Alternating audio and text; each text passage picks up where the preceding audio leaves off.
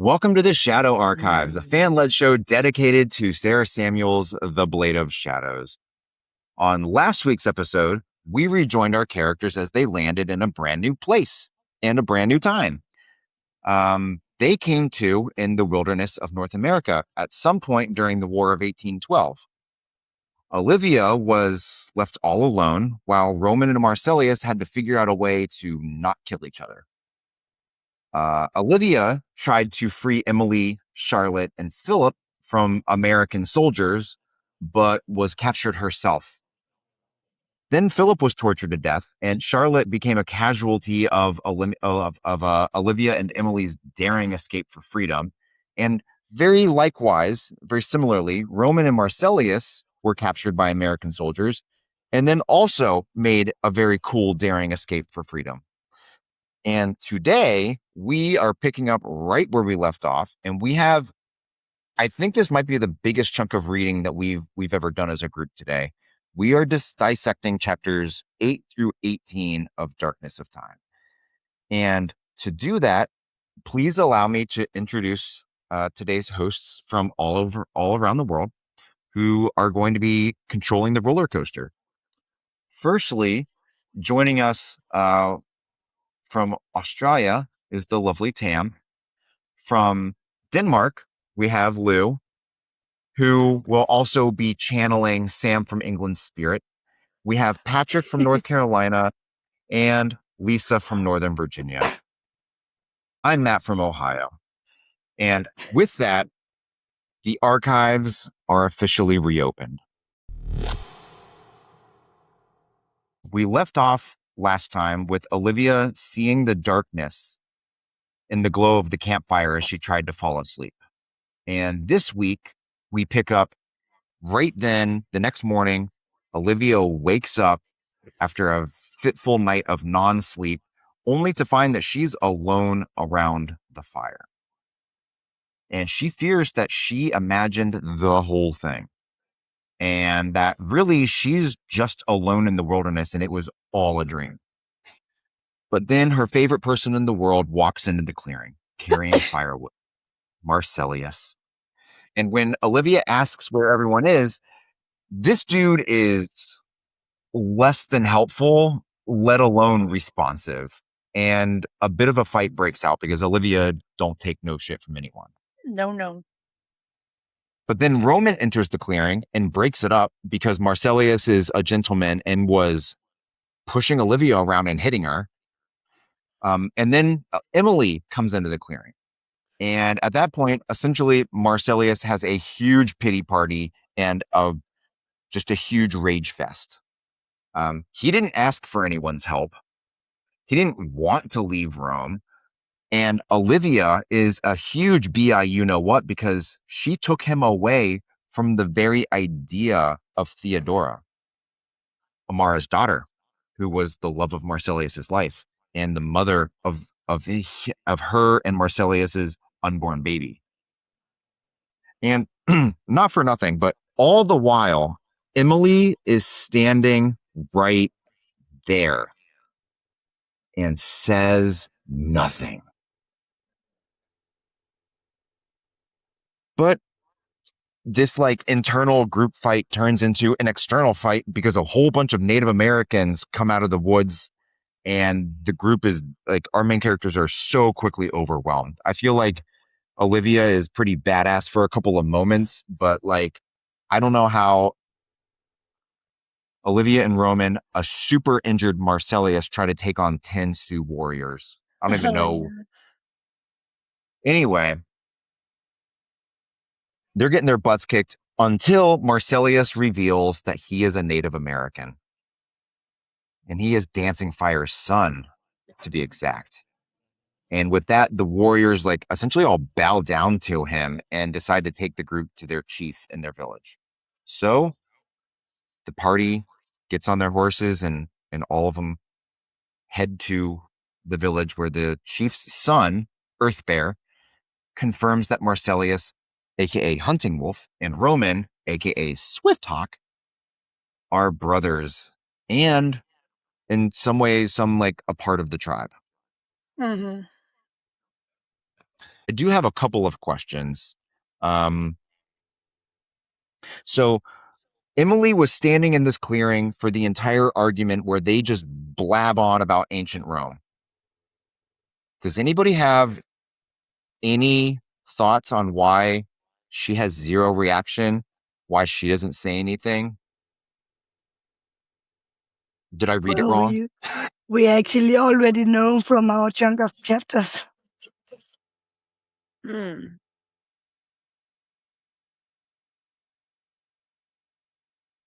you want to keep going with that thought? Yeah, I can spoil her. Yeah, we know she reads a journal.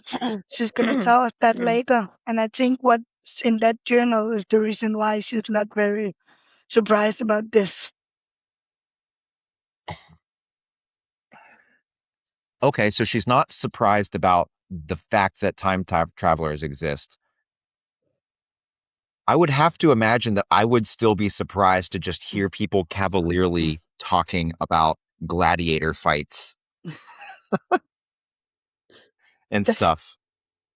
Does she even know what it is, really? That's a good point. Maybe she's just like, oh, they're just saying words. I don't know what this is. She did say that she was born and raised in South Carolina and never really got out much.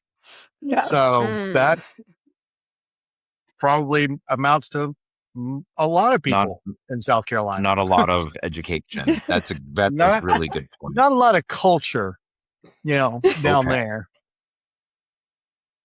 I'm heading to South Carolina in a week. And South Carolina has a huge amount of culture because everybody that lives in the north invades South Carolina for at least 9 months out of the year. Now that is true.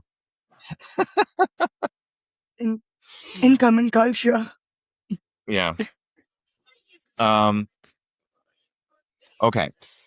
So then, when the Sioux attack the clearing, and this is like chapter 9, I think, Olivia kind of thinks to herself something that I found odd, and I wanted to get y'all's perspective on this. She thinks, in Rome, Roman and I had trained together endlessly, talking about how they can just like fight in tandem and everything. Here's what I remember of Rome, and I want to see what you think. I seem to remember that they trained together once. It was right before the emperor's birthday party because Roman wanted to up his skill set before he had to fight Marcellius. But then, right after the birthday party, the whole darkness fiasco happened. Olivia got super butthurt, ran away, then came back and gave Roman the silent treatment until they became lovers in Scotland. I don't think they trained together in Scotland because #war. And then they sailed back to Rome, where they're immediately captured and separated until Olivia brings them together and time travels them to North America at the beginning of this book. So did they in fact train together endlessly in Rome, or did I miss something when we read that book? No, I think you're accurate. Well, when you're with the love of your life, everything is infinite. I was just going to make a joke and you beat me to it. It felt like they were training forever. It just felt that way, yeah. And sometimes that infinite is a good thing, and sometimes that infinite is a bad thing. Yeah. Together forever. Don't say that to Mandy. Oh, it's all good with Mandy.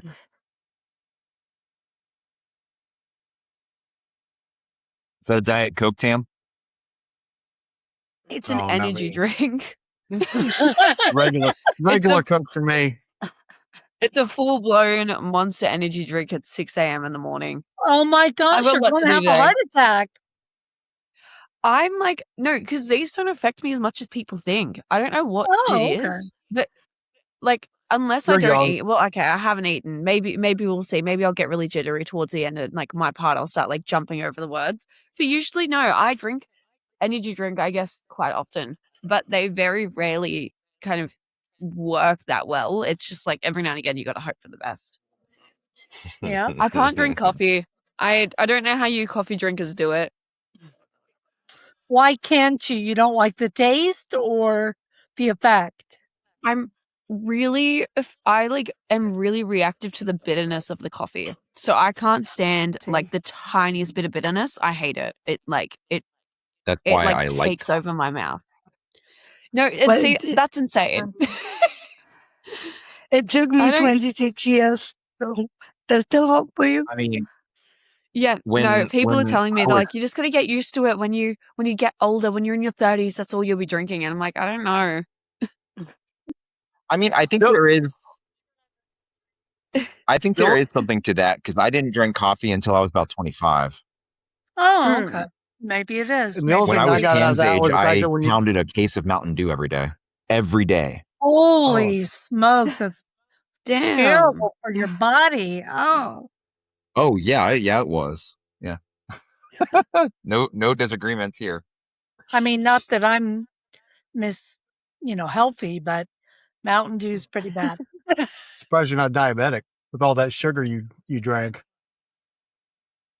It's coming, I'm sure.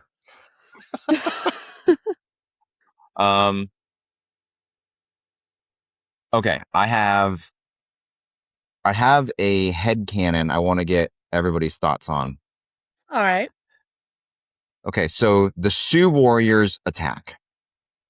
Mm-hmm. When they ride back to the Sioux village, it felt like they rode their horses for quite some time to get to the village. Right. Yeah, head nod. Okay, Mm. which makes me feel like it's pretty far away.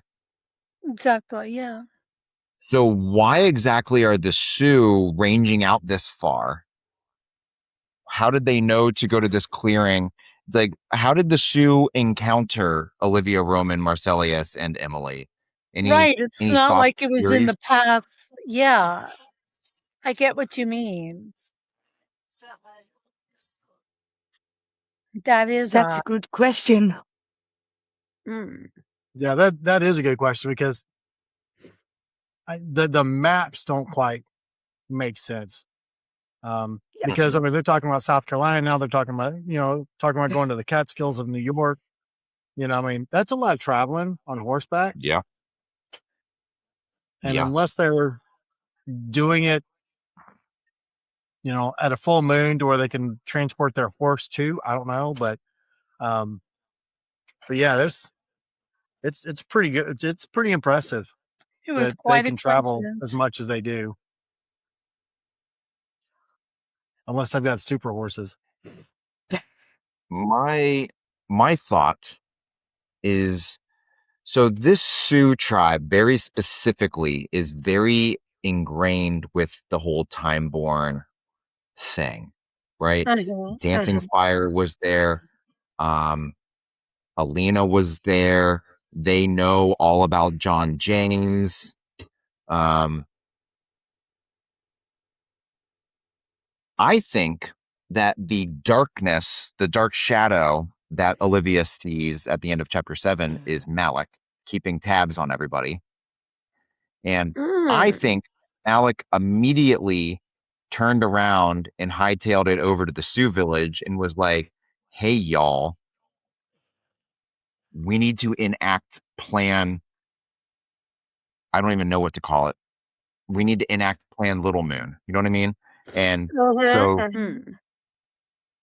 that's what I think. I mean, that's a good kind of, conclusion. Yeah. yeah, that's what I think. Patrick, I'm going to put you on the spot. In this little section of reading, we get our first Sioux words. Mm-hmm.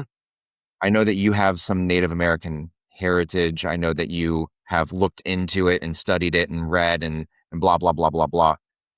Are you at all familiar with Native American languages? Like, could you perhaps pronounce these words for us? No? No, I cannot. That's a major and bummer, bro. I have Choctaw heritage, and I do know that the Choctaw and the Sioux were not friendly towards each other. They were Yes. they were not allies. Quite.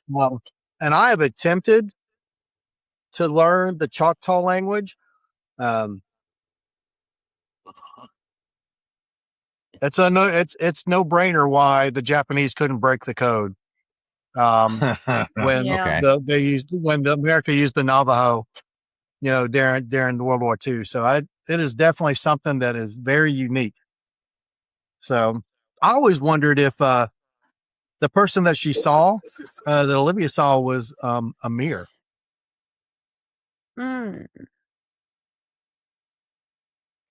I mean, that would line up with Sweet Venom of Time a lot because Amira was like keeping tabs on Dancing Fire and Elizabeth, right? Right. Oh, right.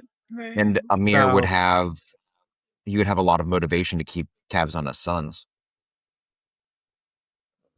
So that was my only thought, was the fact that maybe it was possibly a mirror. Malik makes a good point as well. So,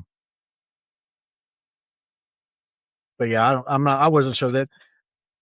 My headcanon is Lee is a time traveler, but nobody else in the tribe is. Other than Marsilius and Roman. Huh? Other than Marsilius and Roman. Right. But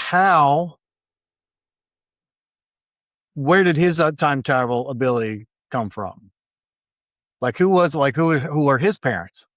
Where did I don't know. Here's a question for you. Does that matter? Like, so we know that certain Timeborns and darknesses and whatever were just flung out of Solaris.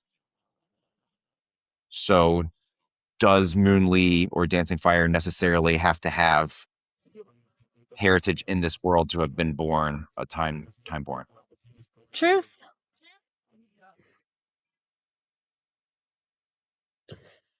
But was he reincarnated in 1742?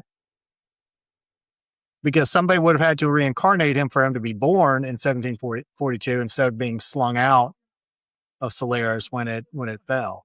So that's just it. I mean, it's something that Moonlee has been my one character that I've just really. He's always there. He comes in. He's always the stable part. But where did he come from? And he plays a part in major decisions and major twists. But where's he? Here's a question. Just like the Native Americans, he's very, very involved, but yet very much in the background. So when we read when we read Wicked Lovers, I think that we get a little bit into Balthazar's backstory of like he woke up one day. He was like already an adult. He woke up. So is it possible that Balthazar, the body, the meat sack, was born and grew into a 30-year-old man or whatever, and then Solaris fell and people were thrown out and they just were thrown into already existing bodies? Meaning that if that is Moonlee could have been born, the meat sack could have been born on June 3rd, 1740, whatever it is. But Moonlee, the Timeborn, didn't inhabit that body until 30 years later or 20 years later or something. Okay. Is that a possibility? I'm making stuff up. I don't know. Hey, it explains it. There's no other explanation. Sounds good to me. I don't know. We'll have to wait for Solaris to. This last book may actually explain it. True. Nothing so Frankly, I have headcanon that Lazarus lived with this tribe. I don't know why or when or how or any of that, but I have that headcanon because otherwise, how would Moonlee and Lazarus have been so close? That would make sense. Wow. That's always been my wonder. because he, and so much for, and you may want to edit this out, Matt, but we don't, in talking with Sara about the other one, we also know that Moonlee and Jack are actually very close. Yes. But yet he has to play the part that he doesn't know Jack, for Alina. So that's just, I don't know if he's got something and we just can't figure it out. I do know that I think Sara said that was going to be one of the spinoff books, was going to be like who is Lee? Who is Moonlee? Who is Dancing Fire? So who knows? Maybe there was more. That spinoff. Who knows? Maybe there was more to the Moonlee and Elizabeth showmance, I guess you could say, than we thought. While Amir was checking in and then leaving, and then checking in late and leaving. So I don't know. Moonlee's just one of those characters that. And yes, I wish I could announce the books. I joke with Mandy that there's a place called Natahala up in the mountains. Mandy just said, "Oh my gosh, I can't believe you're talking about this." So, well, because it's obviously a Native American. It's a Native American word. I'm going to guess, and I'm pretty sure that they did not say it Natahala, because that's very American, lazy way to say it. It would probably be more like Nahuttananahala, or something. Sure. But I don't know if that's probably butchering it itself. But in my mind, I don't see it being the native tongue and then all of a sudden Natahala, So I would love to be able to learn.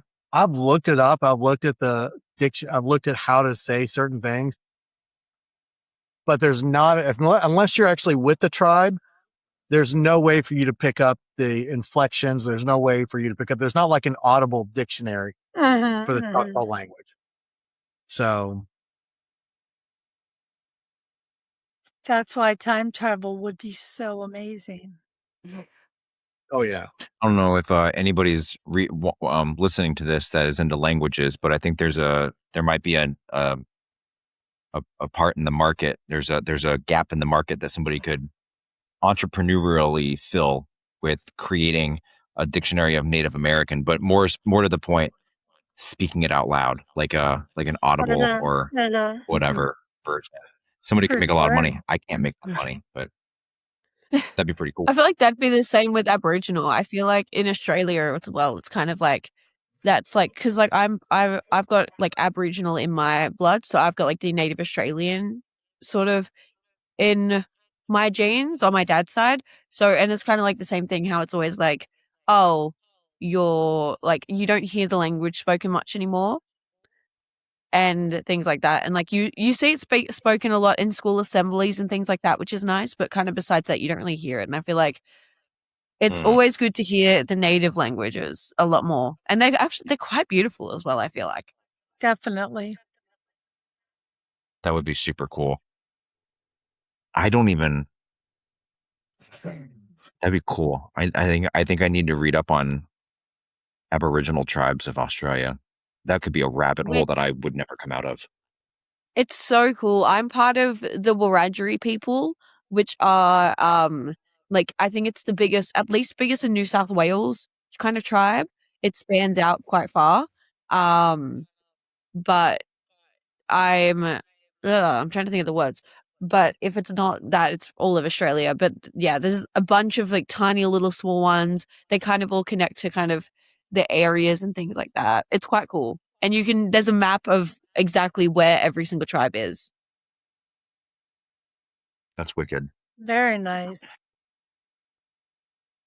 Also kind of interesting to think that the British invaded 2 separate continents and essentially just decimated their native populations. That's also wicked to think about. I know. Oh yeah, that's fucking the British crazy, man. They're like, No, they take over all of they took over so much of like the native lands, and they were like, actually, no, I can't believe you're on this land. Like, you're on my land. It's like, no, I've been here for over 1,000 years, mate.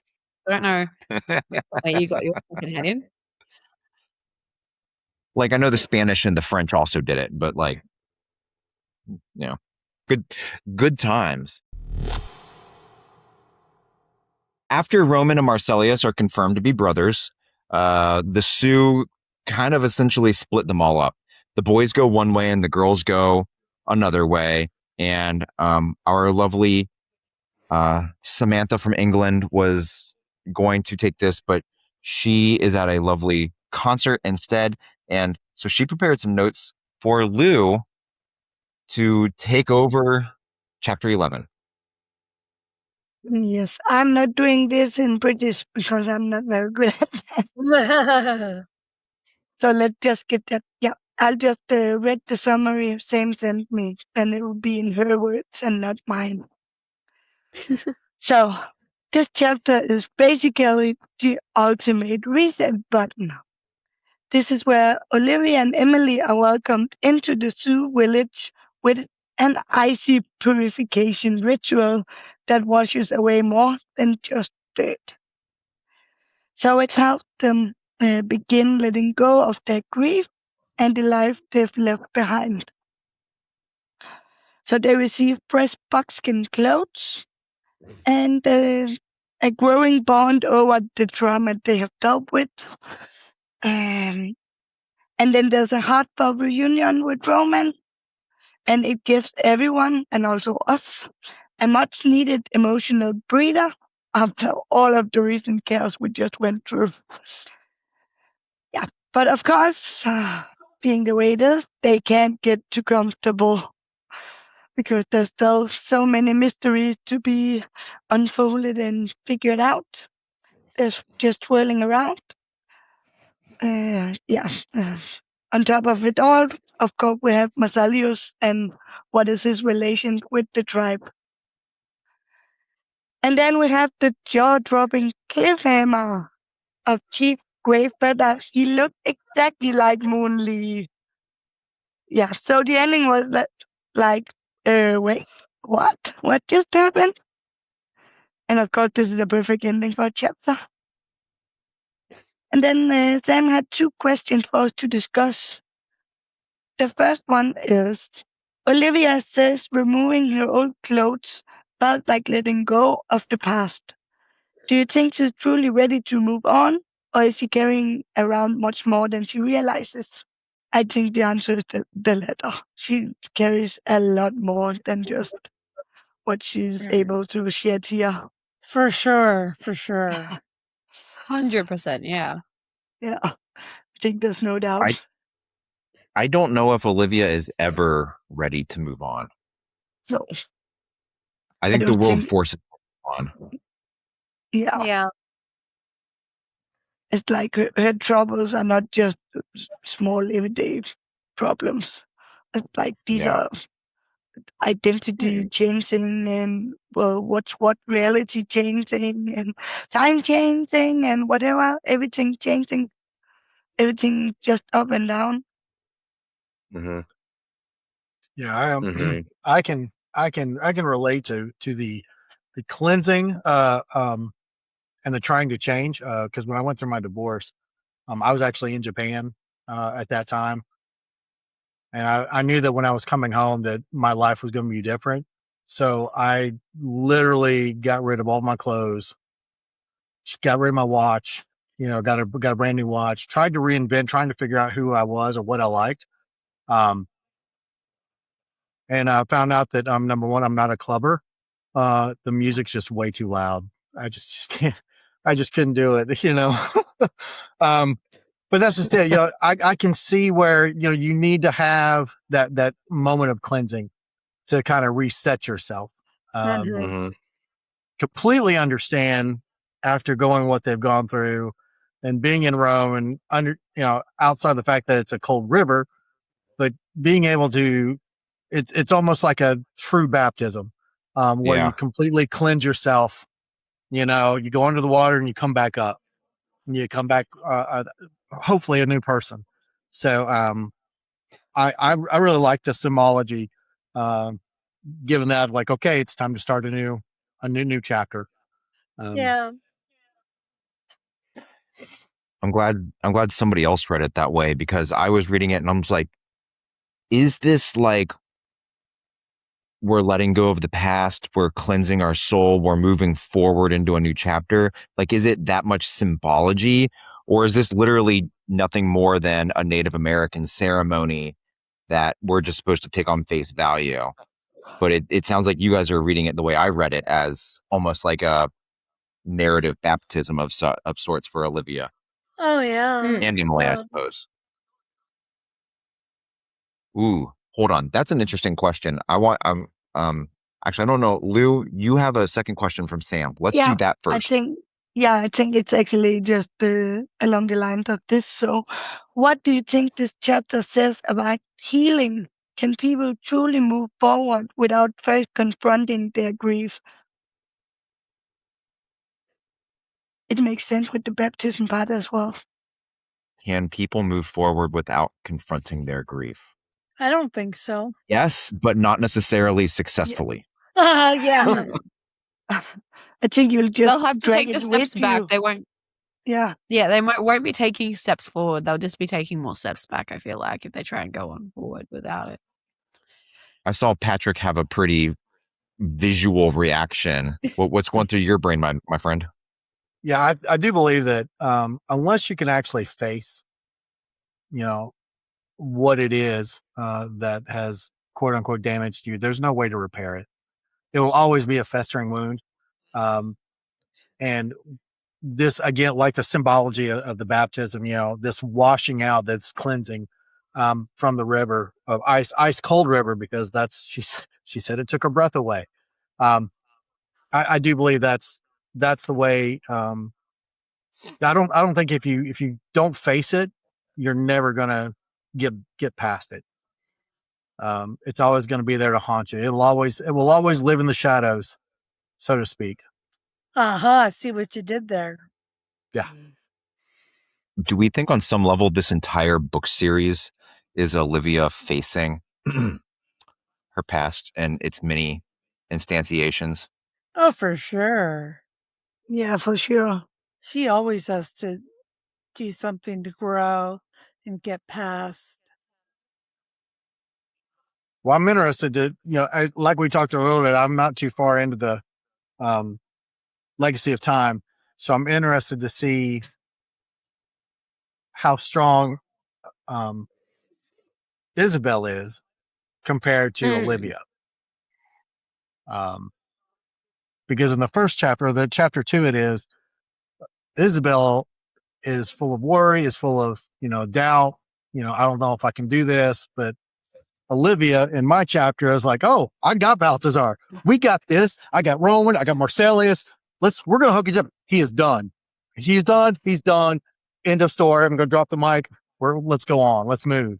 And then of course there's a chuckle. I'm going to have a little bit more on that, but that's just it. I think it's interesting to see the difference there. And then now the weight of what's going on in their lives is much different. Obviously Isabel is losing her entire kingdom. Olivia is just getting through life, but she is trained for a specific purpose. So. But I think Olivia is kind of the same as Isabel. And Isabel loses her kingdom, and Olivia kind of starts out with losing her identity with her mother dying. And I think it's kind of a parallel. Definitely. Good point, Lou. Yeah. Yeah. So you look deep in thought, Matt. What is your take?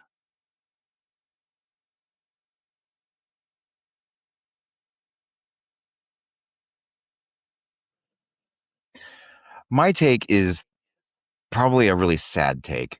I think that it's impossible to fix yourself. Because as soon as you fix yourself, the world around you changes, and the fix you just made in yourself no longer works with the world around you. And so it's a losing battle to constantly fix yourself. That's dark. There's no fix. I know. I actually was having a long conversation with my You gotta significant other have earlier hope. this You morning. gotta be able to, adapt to the So newness and what's coming up. And you look back, you fix it, but you then adapt to what's new. Oh, I 100% agree with you. I think I'm going a step further, and it's a philosophical concept of maybe there is no actual fix if it's constantly breaking and re-breaking I see. because of things out of your control. But like, I'm still hopeful for the future, and I'm not trying to sit here and be like, you guys should be like on alert for when you get a text that Matt can't make the podcast anymore. That's not the point. My point is that I think we're all walking bags of coping mechanisms. Well, But I think that if you don't acknowledge any of the things that you're coping for, that's where I think everybody runs into the biggest problems. I think maybe there's no fix, but there is self-awareness. I think that's sort of my take. And it's kind of a dark take, and I'm real sorry. We should really move on to happy things. I don't think it was very dark. I think it's just kind of a life philosophy. That's a realistic look. Yeah. Keeping it real, Matt. Keeping it real. Yeah. You guys want to compare childhood traumas? Not with you. Don't put any of this out on the podcast either. Who has more childhood trauma? After what Olivia you just said, or not with you. Nope, Olivia or Emily? Who has more baggage? Whose baptism is washing away more stuff in this chapter? Olivia whose or mother Emily? is Alina? Okay, no, but yes, but that's also, the point. Okay, both of them. But oddly enough, I feel like Emily had it more rough as a child. Like, okay, at the end of the day, I know this is not good. I'm aware this is not good. But Olivia did only just see her mum die. Which I know that's not. I know that's not like it's only. I know. But like, if you think about it, like Emily's whole backstory was quite worse, in a way. I feel like Emily grew because also Olivia grew up in our century, in our century. Mm-hmm. Olivia kind of had everything that she would have needed. Olivia also would have had therapists as a child as well that they could probably have afforded to go to. Whatever happened to Emily didn't technically have a support system to go back on, really. Yeah. After everything. So I feel like Emily actually had it worse just because of also, the different times that they were in, to the point where like Olivia, no matter what could have happened to Olivia, she could have had a therapist. She could have done like so many things to try, not fix, but like to help her along a journey to heal, versus Emily didn't really have that system growing up. Whatever happened just kind of happened and she had to deal with it pretty much. I think I would tend to agree with you. Yeah, me too. She also had the stepsister she had to live in the shadow of. Yeah. She definitely had like a wicked stepmother type of upbringing. I know that her mom wasn't like mean, but like her stepmom didn't really love her. She wasn't really and she watched her seen dad or die, and acknowledged. she watched her stepsister die, and she was abandoned by a mother who didn't want her. Or I'm sorry, the story was that Alina died in childbirth. So like, same thing. But yeah, and there's no modern tools to deal with any of those emotions. That's the key. Tam nailed that on the head, I think. Totally. Do we think that Olivia went to therapy, or do we think that Olivia just threw herself into a life of martial arts? A little bit of both. Maybe Lee was her therapist, I feel like, in a way. I was going to say the same thing. Lee. Yeah, me too. I wonder if Lee would be a good therapist. That would worry me, I think. No, I think he would be very great. He's so wise. He's perfect. Yeah. He's introspective and wise.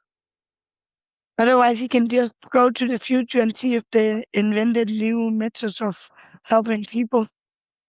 Do you think we could wrap up this section of reading with some Easter eggs? All right. I found 2. I don't know. Maybe you guys found some more. Emily says, in reference to Marsilius, maybe if he met the right woman, he could change. Yes. Oh, just you wait, girl. You're Just you gonna wait. be surprised to see who it is. And Definitely then, some foreshadowing there. Yeah. and then a little bit later, narration says, Emily reached out, her fingers brushing my face affectionately, almost sisterly. Yeah. Very sisterly, in fact, y'all. Yes.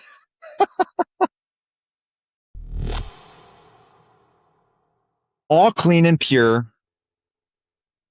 And with the big revelation that Chief Greyfeather looks exactly like Dancing Fire, the feast is about to happen. So, Patrick, would you take it from here with chapters 12 and 13, my man? I will. The chapter begins with everybody in their designated seats because they have little name placards on the mat, where they're supposed to sit. And Marsilius just happens to be the one that's sitting right next to, or right between Chief Greyfeather and Earthbear. And then there's Roman and Olivia, and then some guy sitting next to Greyfeather that looks older than time itself. So then the feast comes, and it starts off with an awkward silence, basically because nobody's saying anything. Marcellus is over there brooding over, whatever he's brooding over, which we'll find out in a minute as to why he's upset. Olivia is still blown away that Chief Greyfeather looks exactly like Moon Lee. And, she's got all this great food in front of her. Roman's like, what are you doing? Well, nobody's saying anything. Well, if you understand the culture, they would wait for the chief to say something. They would wait for the chief to say, okay, now it's time to eat. So that's exactly what Chief Greyfeather does. He says, eat. And then Marcellus looks like he's been slapped because he's still brooding. But Chief Greyfeather takes his time in eating. Earthbear decides that he's going to talk to Olivia, starts asking questions. Would you like for me? And then asks, would you like me to speak in my native tongue of Sioux or English? Because the white man actually taught him and his father English some time ago. And Olivia says, please speak in English because you are at an advantage knowing both languages, that she can understand a little bit, but she doesn't know. She wouldn't be able to talk in it. So she starts asking questions. And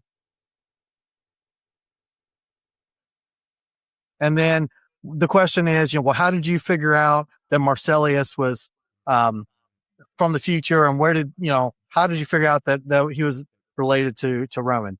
And then Olivia gets a little sassy and decides to throw the question to Marsilius, and then says, well, Marsilius, would you like to join the conversation in this? Which, of course, Marsilius is still brooding over there, clenching his feet and fists, and he says, da da da da, and that's when the drama opens. Because the Chief Greyfeather goes, well, Marsilius isn't talking because he's ashamed. Oh. He's ashamed of his actions because he left the tribe without saying a word.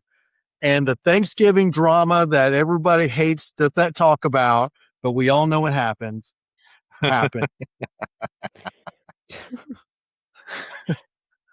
Marsilius explodes because he says, well, you lied to me. You didn't tell me who my parents were. I didn't realize that my mom was still alive. I overheard you and Moon Lee talking, and that's it. I'm just done. And then I get to Rome, and this woman shows up, and she takes me, then she brings me here. She takes me away from the only thing that I really loved. It was just drama, pity, drama. And then basically sorry, I got ahead of myself on my notes. So the drama kind of dies down a little bit because this is when I was talking about just a minute ago, where Olivia is like, we finally get our first mention of Balthazar. And we find out that he is just a wicked, wicked shadow of darkness that is just killing relentlessly, and with anything, with whatever. And he's just getting stronger and stronger. And then Great Feather says, well, Marcellus, you were trying to kill him and you did not. And since you went away on your little pity party, to Rome, you are just allowed him to get stronger. Damn. That's where Olivia decides to save the dinner. She tries to bring peace to the dinner at this point. She goes, well, Chief Great Feather, you now have 3 Timeborns here, and I can guarantee you that we will kill Balthazar. I don't even know who Balthazar is, but I'm going to we're going to kill him. And she kind of does that, and Chief Great Feather's like, yeah, okay, girl, sit down. I like your enthusiasm. I like your zealousness. I like your spunk idea and your spunk, and your confidence. But you're wrong. His assumptions, her assumptions that they'll just be able to do this. He's been around for a long time and has been doing this. He smiles, and then the chapter comes to a close when he calls her by Moonlee's given name of Little Moon. And she is just blown away. Well, how did he know that my name was Little Moon? And we continue with the information dump of this, because at this point, now the focus goes away from Marcellius to let him sit and wallow in his self-pity of him actually leaving and his anger. And we start to find out more about Olivia and Moon Lee, and the fact that Moon Lee was a time traveler and that Moon Lee was back and forth. And it was really interesting. One of the quotes I have as I underlined it, circled it, whatever you want to call it, the chief leans back because we're all connected and they're trying to figure this out. And he says, perhaps the threads of your connection will balance what has been fractured, but you must first understand the patterns of the weave before you can mend it. I think that's a huge foreshadowing statement. Yeah. Because if you don't understand the game, you're never going to win. Yep. Patrick, can you repeat that one more time? Just for emphasis, just read that again. Please. Perhaps the threads of your connection will balance what has been fractured, but you must first understand the patterns of the weave before you can mend it. Yeah, that is a definite mic drop. It reminds me of when I went into the Marine Corps. My recruiter was like, figure out the rules of the different, every drill instructor will have different rules. If you can figure out all those rules, you're going to have a good time at boot camp. And that's what I did. I studied all the drill instructors. I figured out what made them tick, what set them off. And I watched them with everybody else. And once I figured that out, I had the best time at boot camp. I loved my time at boot camp. Not a lot of people can do that, but it was my recruiter that told me that. Same thing here. If you understand the weave, if you understand the rules, if you understand the pattern, then you can actually have fun inside the set rules, inside the pattern, inside the weave. So, granted, it's not much fun in 1800s, not like it would be today, but that's where that was my parallel that I got with that particular statement. That statement just really, that can go into pretty much every book with every character. In fact, actually, that's a good life. That needs to be a sticker. Sara, if you can make this a sticker, this would be a good sticker. Thank you. Actually, that'd be a good statement on the back of a t-shirt. And a bumper sticker. So we find out about Dancing Fire. We find out that he was born in June 3rd, 1742. He was meant to be chief, but obviously because he can jump, from century to century to century, he cannot be the chief because what would happen while he was gone? Yep. But he was an honorable man. He was trained. He was trained to defeat Balthazar. Question: who trained him? But destiny intervened, bringing him to Elizabeth, the mother of Swift Hawk and Hunting Wolf. And this is where we kind of go back and forth with who was Elizabeth? How did we get Marcellus as in Roman's mother? Where did she come from? This is our first introduction to Elizabeth, and it goes back and forth with a little bit of history as to how she came, how she got to the tribe, how Lee fell in love with her, and it reminded Olivia of a time where she asked Moonley if he had ever had a love, and he said, "Yes, I did. I had a love, and she left me because she was English. She was, and I'm trying to remember exactly how he said it, but she was the educated English, and I'm just a Sioux. It wouldn't have worked out. But I had a son, but he left me too." So I said, "Well, why didn't you find anybody else to love?" And that's where he goes into, "Oh, you are my family. You're the ones that I love. I don't need anybody else." Probably still hung up on Elizabeth. But that's pretty much the back end of that, because the fire crackled in the silence. And they're still trying to take in everything that they got information dumped on. It's almost like, okay, my email box is full, and I need to spend some time, deleting something, because this is a lot of information here. So, and that brings us to the close of chapter 13 in a nutshell. Nice. Very good. Woo. Very good. So the couple things that really stood out to me, number one was that statement. Yeah. I mean, and that's funny. If it wasn't for us going back through this and actually really dissecting this book, I probably wouldn't have remembered it. But that statement just kind of really stood out to me. And then it goes back to the question of Lee. Who is Lee? Who was he? Where did he come from? How was he trained, and who trained him to defeat Balthazar? And why hasn't he done it? I mean, we understand he's part of it. He's a pawn in the game, the chessboard that Lazarus is playing, but that's just it. Who did his training?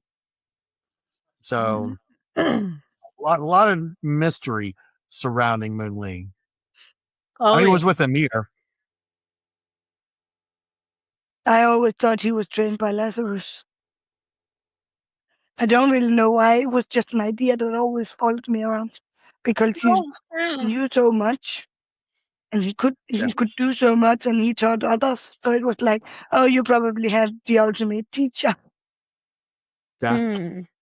Makes sense. I still like that headcanon that Lazarus was with the Sioux tribe and trained Dancing Fire. However, why would Lazarus train Dancing Fire to get rid of Balthazar? Because to play the ultimately, game. Lazarus would know that Balthazar was a good guy in Solaris. I don't know. That's an interesting conundrum, because also the timelines. Balthazar was like flung back into the 1100s or something. Right. Yeah. So he would have been a real bad guy for like 500 years already. So maybe that's enough time for Lazarus to go, he's irredeemable at this point. True. That's a good point. Speaking of timelines, so Dancing Fire was born in 1742. We know that in roughly 1780-ish, Roman is 18, 19 years old when he meets Dancing Fire, which means that if we 1780 minus 18, we go back to 1760, 1761, 1762 is when Elizabeth was with the tribe. Okay, now I think we can just assume it's 1812. 20 how many years ago? How old is Emily? 26 or 28? 26? 26. So Olivia is 26 28. years ago, Alina came to town because she essentially had Emily and was like, peace, which would have been 1812 minus 12 is 1800 minus 14 is 1786. Mm-hmm. So that would have just been like 5 years after Roman time traveled. Okay, so none of it overlaps. Okay. I talked out loud. I was trying to get all the timelines. No, How does all of that That's good. happen? I tried to do that. Yeah, that's another whole project in and of itself. Timelines and locations. I'm really glad, Patrick, that you've started writing this down because I have it all in my head, but then I have to like talk it out loud to make sense of it. Okay. So we don't have any overlap. That's kind of disappointing. It would have been interesting to theorize that Alina was in the camp when like Roman was in the camp. That could have been fascinating. Yeah, the only thing that I did with this particular chapter was I was actually able to go through Sweet Venom of Time a little bit because this is where your time overlaps and the two books are connected, almost like Gerald's Game and Rose Matter from Stephen King, where there's just one section of the book that's identical. This is an identical section of time. And it was just an interesting look to see it from two different aspects, from Chief Greyfeather's eyes or from Amir's eyes and Moonlee's eyes and Elizabeth's eyes. You know, we got a different look as to what was going on during that time. So unfortunately, there was not a lot of difference. She actually did very well with actually having pretty much the exact same timeline. I was about to say that I found it pretty stunning how much continuity Sara has between her stories. Like things change because of perspectives. And maybe there are shades of gray because the person who did the thing had a different intention and reason for doing it. So it's seen in different contexts. But like the amount of continuity that Sara maintains throughout the series, I think is really stellar. I know. How does she keep it all in her brain, you know? Notebooks. Yeah. Those notebooks are ridiculous. I thought I was crazy with writing on journals, but I just imagine her in a big castle and she just has this big room with all these walls full of notebooks and stuff. Yeah. I have a magic system question that I want to ask you guys about. So there's all this talk in this chapter. Patrick was talking about it, how the lore is that Balthazar is just getting stronger over time, right? Now, I know that darknesses and shadow lords get weaker as they get older because the payment system to the shadows is like there's an insane amount of inflation over time, right? You have to pay them so much to just do the basics of things as you get older and older and older. But do the darknesses and do shadow lords actually get stronger? And so one, you're born and like you go through puberty. So yeah, you figure out your powers and you get better at them. So that could be one thing. But like at this point, Balthazar is easily 600 years old. So he's way past that. Can he actually get stronger? Is that like a real thing? Or do we think this is just sort of lore, is just sort of an oral tradition that's being passed down? I think it might actually be a combination of both because I can't remember what book it is, but they talk about how darknesses age so much slower than humans do. It's like, and I can't remember if they actually put it. It's like 1 year for every 7 years or something like that. Yeah, something like that. Yeah, so I think 10 years, I think. Yeah, that's just it. Okay. But I think it's a little combination of both. I think they can.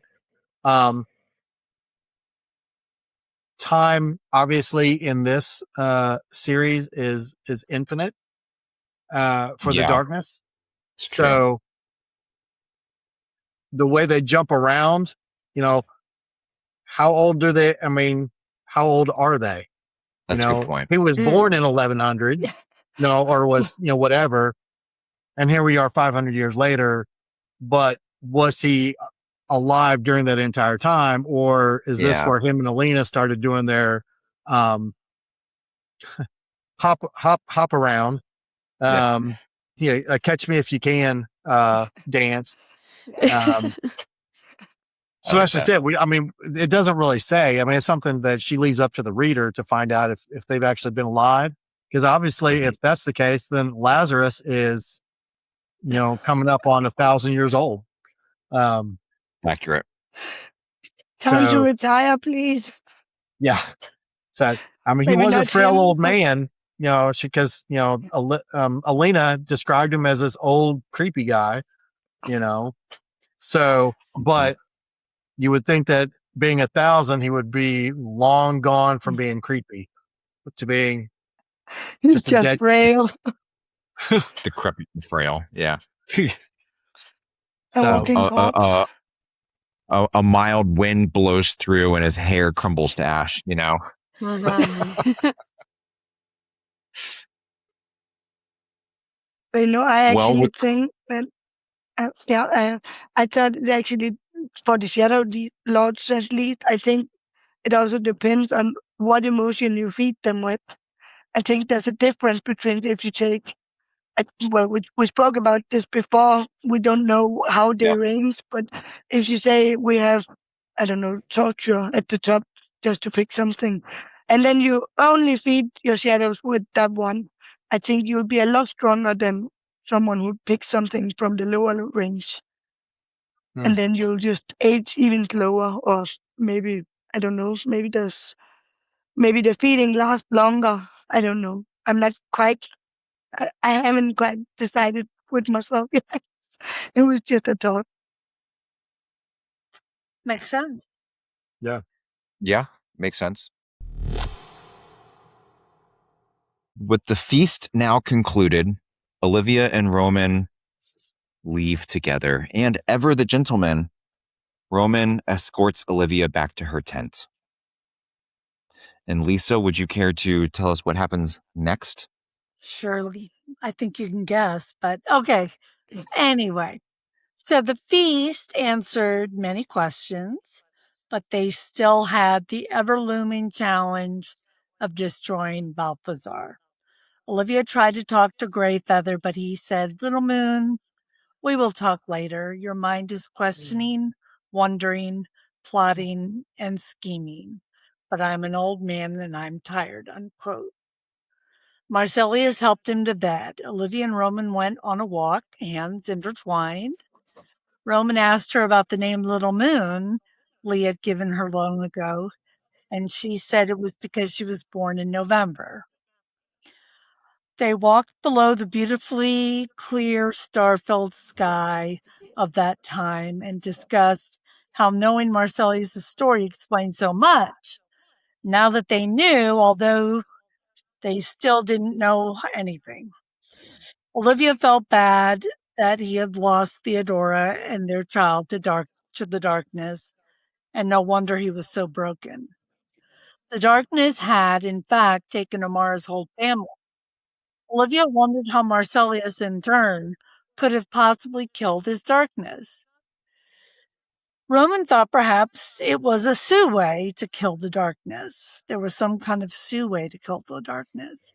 They continued walking together and reached Olivia's teepee, where she commented on how great Roman looked in deerskin pants, and he replied that she looked breathtaking in her deerskin, as his fingers brushed a strand of hair behind her ear, lingering, which we all know is a move, which is proven, he says, but nothing compares to the way you look. Oh, quote, "but nothing compares to the way you look when you're bare and mine, unquote. He continues with the breath-hitching dirty talk about what he longs to do to her. Olivia thinks I'll let the readers enjoy reading that themselves. Olivia thinks about all they've been through together and the lengths he's gone for her, and she feels deep gratitude. Under their circumstances of lack of privacy, they keep it to sharing an amazing makeout session, tangled up in each other, vigorously expressing their feelings, while Olivia thinks, I didn't just love him, I worshipped him. And she goes deep in thought about that, and it's beautiful. And so is how they are expressing it. Olivia suddenly remembers she needs to bring food to Emily, but Roman delays her just long enough to ask her to marry him. Bing! Olivia thinks back to the time in Seattle when the fortune teller had said she'd marry a warrior, which at the time she thought was douchey Tristan. They don't say that, but that's my comment. But of course, it was always to be Roman. After some discussion about all the chaos going on with Balthazar, etc., and Roman talking her off the ledge, Olivia joyfully replies, quote, yes, I will marry you, Roman Alexander, unquote. This is, of course, followed by more affection and beautiful proclamations of love. Olivia stepped to Emily's tent and went inside to find her awake and asking her about Roman's proposal, because she had overheard. Olivia hoped she hadn't heard the bit about Balthazar, but Emily conveyed her happiness for Olivia, and Olivia shares that Marcellus is the chief's nephew. And they discuss how the brothers are back together. Everything seems to be working out for the best, but as Emily drifts off to sleep, Olivia feels dread for what's to come. Bam. And what's the dread? What is that foreshadowing? So much to choose from. So much. Yeah, that's exactly where my brain was. So many possibilities. But that's, I think, a little hook to give you like a, okay, what's coming next? Like, yeah, clearly we read ahead and we know some of the bad stuff that's coming, but like, I have no idea what which chapter, Olivia's which book, which. Yeah, exactly. Like It's all of it, I all don't of know. it.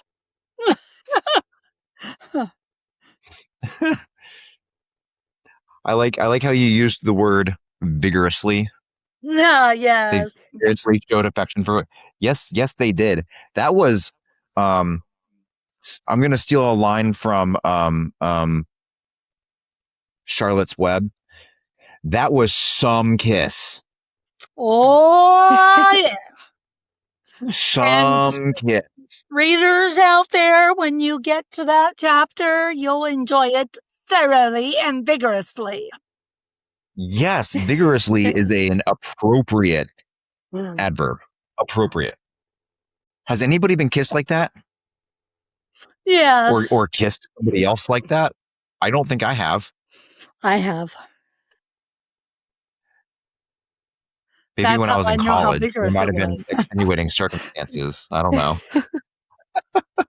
I love my wife. I love her, but like, we're too practical, I think.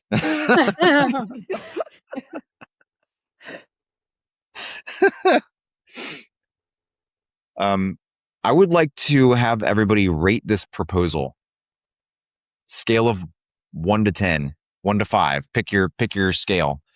It kind of crept up, but it was amidst a lot of beautiful lovemaking, and so how about a 7, I guess? Maybe like a 6, Yeah. Pretty mid. I feel like around, yeah. Like it feels very much like just like love and war, I would give it around a 6 as well, only because it's almost like we've been through so much. I want to just get married. Let's just do this. Because we don't know what's coming, So that's just kind of where it's like, it wasn't really thought out per se. Like, let me make sure I have the flowers, make sure I have the right ring. Let me make sure we have the right music and the right setting. Make sure we do it at sunset or we do it at sunrise. There wasn't a lot of that. It was just like, hey, let's do this. I love you. Love me. Let's make it official. Well, I gave it a 7 because I think the same thing you're thinking, but there was some, very deep intimacy with it too. And so that's the frolicking. only reason I give it a Frolicking. 7. Hell yeah, Patrick. What? So don't forget about the frolicking. Oh yeah, frolicking.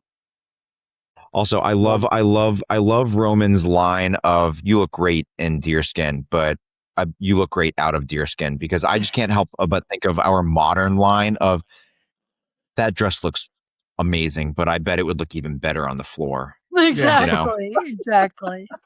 No, but I think the way he says it is very alluring. But Yeah. Bear, He's pretty good with words. And he's very good with words because Sara wrote those words. And exactly. Do you think the deerskin outfit has pockets? No pockets.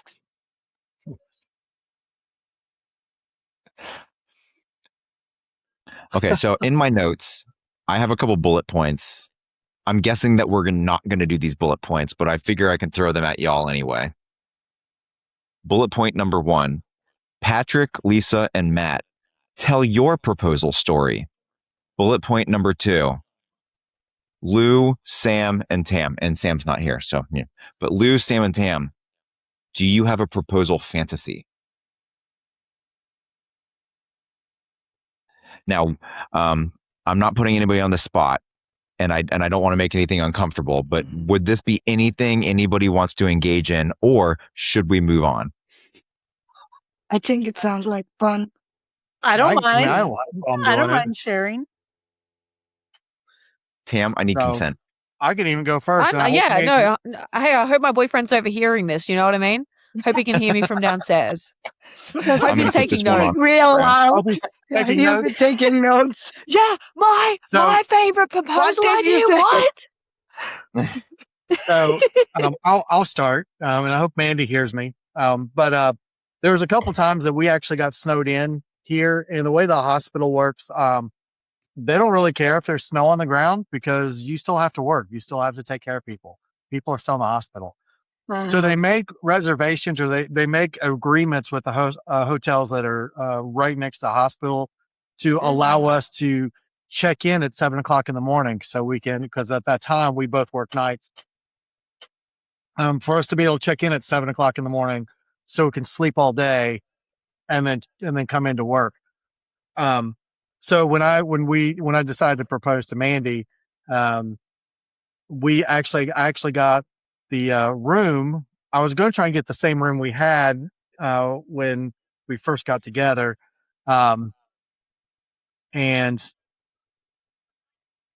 I told them what I was doing, and they upgraded me to one of the big suites. So I actually went in early. I put pictures of us around the hotel room, of different stages of our dating. And I said, I didn't tell her what we were doing. I didn't say anything. We just decided to do it. It was on the day, when we actually made our relationship official. It was on that day that we did that. And I took her in. I just picked her up. I already had a bag packed, because we weren't planning on doing anything. And when she walked in and she goes, "Oh my gosh, these are our pictures. This is ridiculous." And when she turned around, I was on my knee and I proposed. Nice. So that is my proposal. Cute. Very nice. My husband and I knew each other when we were in high school, and we were really close, and we were friends because we were both dating other people at the time. But we would go. We were part of a youth commission, part of our church, and we would go on these retreats. And whenever we went on these retreats, we would talk for hours, and and we just became very close, just very close.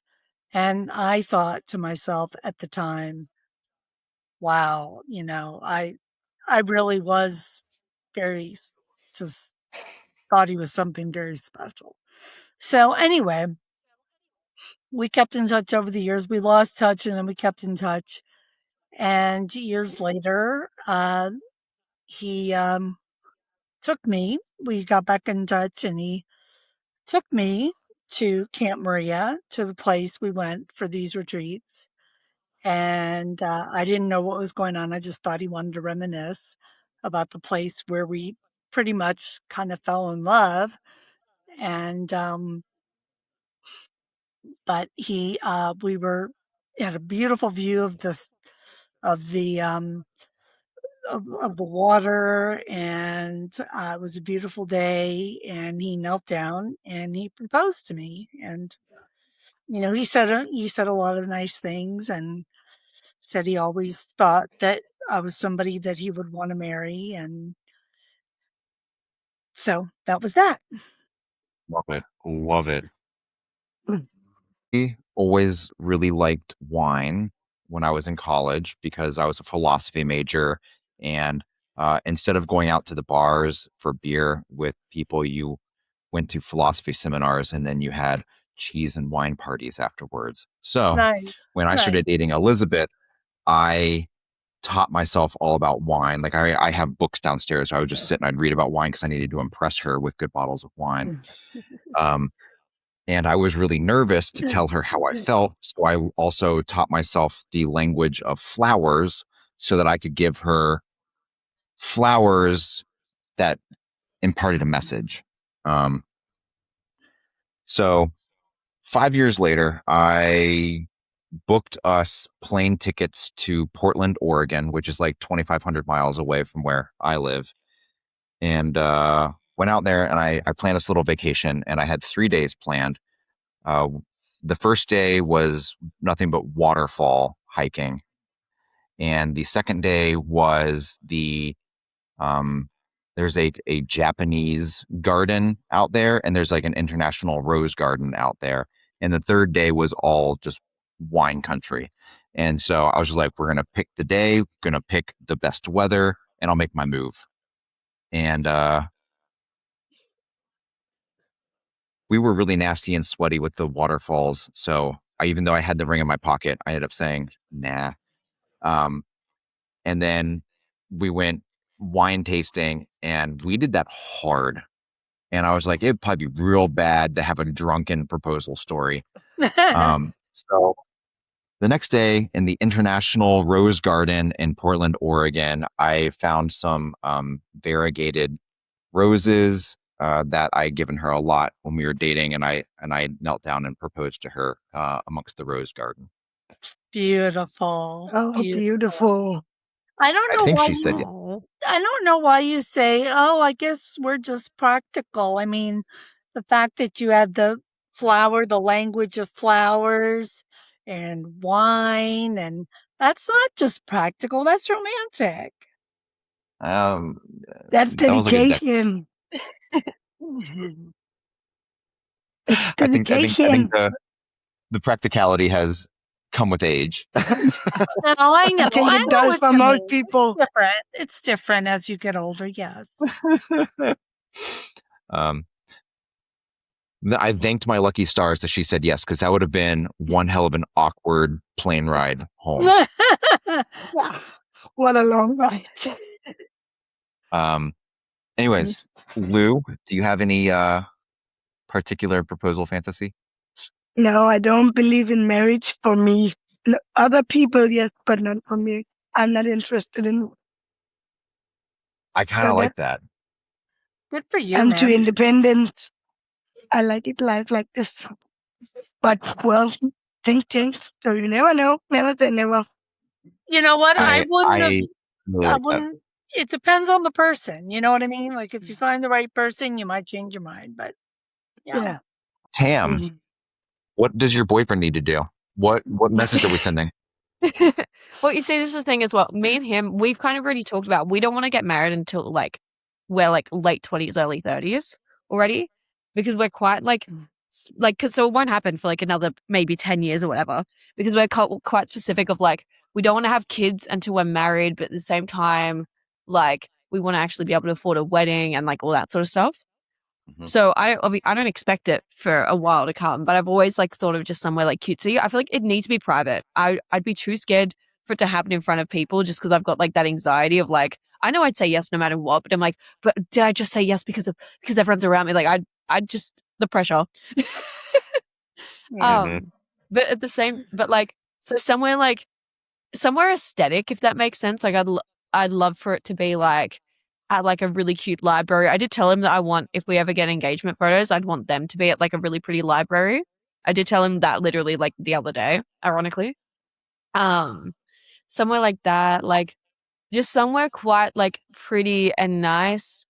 And like, I feel like he could get you know how like everyone's like, oh, like I could tell, like I feel like he's going to be good at making sure I don't know, which is quite funny. Because also I'm quite oblivious. So I feel like he's going to use that to his advantage.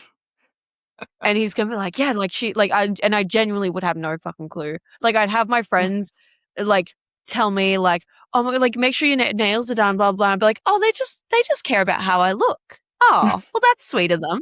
Like genuinely, I had friends coming down to surprise me once, and they were all like, no, you need to take off work on this specific day for some reason. No, Tam, I'd literally pay for like what you get through that shift. I'm like, oh, they really care that I'm having like a break, don't they? Oh, that's quite sweet of them.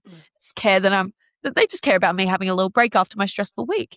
But no, so I feel like that, and then it's just kind of like just somewhere cutesy. And then yeah, but at the end of the day as well, I feel like it's to the point where if he literally just told me we should get married, like we're like about to go to sleep, he'd be like, "Do you want to get married?" I'd be like, "Yeah." And like that's it as well. I feel like that would mean as much to me as that. I feel like it's very like, I'm not very materialistic. I feel like like the simple things are the best things. You know what I mean? Definitely. The main thing is I've locked into his brain that he has to buy me a silver engagement ring because I don't wear gold. So every now and again, I'll still like because I just wear silver jewelry, and I feel like most engagement rings and stuff like that are all gold, which is fair enough because they're gorgeous. Well, but I want a silver one. There's white gold. White gold as well. White gold would be a good exception. So every now and again, because of that, I'll like, because I wear rings and stuff like that, I'll hide them behind my back and just go, what color jewelry do I wear? Silver. Good. Okay. So I'm like training him now. Quizzing him. No, genuinely, I did that so early on into the relationship because I was like, if you ever buy me jewelry, it's got to be silver. But yeah, no. So somewhere cutesy, something like that. I'm a little 20-year-old girl. I've thought about it so much. And like I wanted to be a wedding planner for a couple of years. So I feel like I've thought about it a lot because of that as well. There you go. Nice. I love the aesthetic library scene for you though. That'd be awesome. I just want that for at least, I don't even need the proposal there. I just need the engagement photos there. You know, I need like that cute photo of like kissing in between the bookshelves, you know, like that sort of cutesy little like vibe. Yeah. I could do that upstairs in my book nook. When we get our own place, I'm having such a big book nook.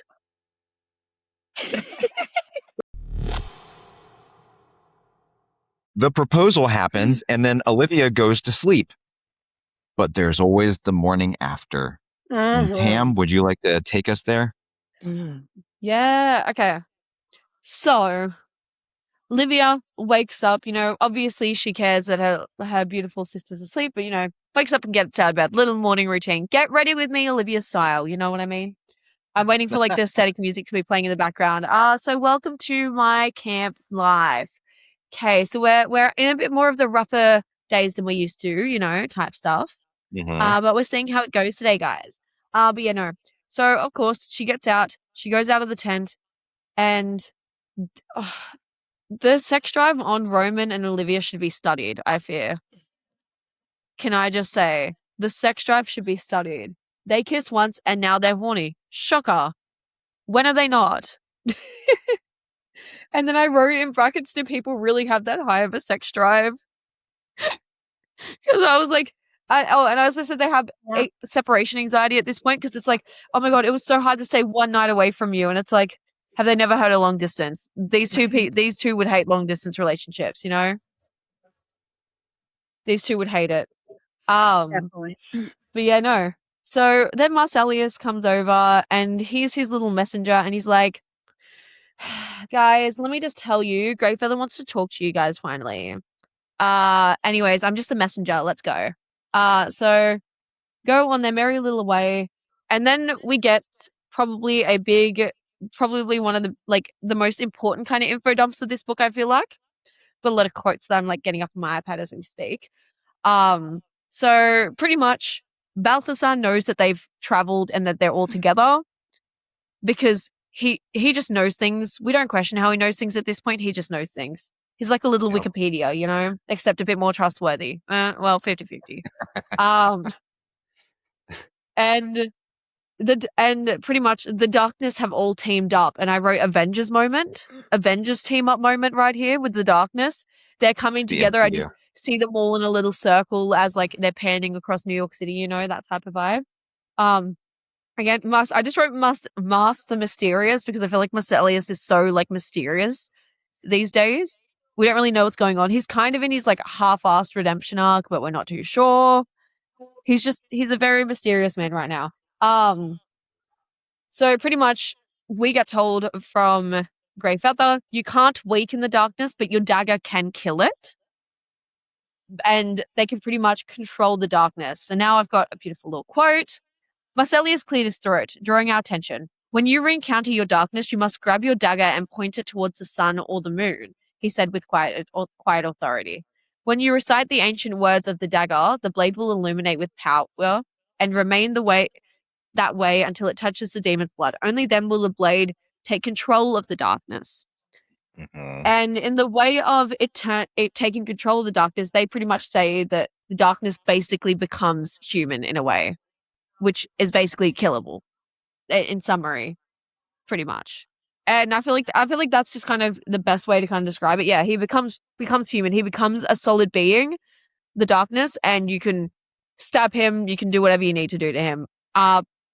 Would not recommend doing anything horny like Olivia and Roman do half the book though.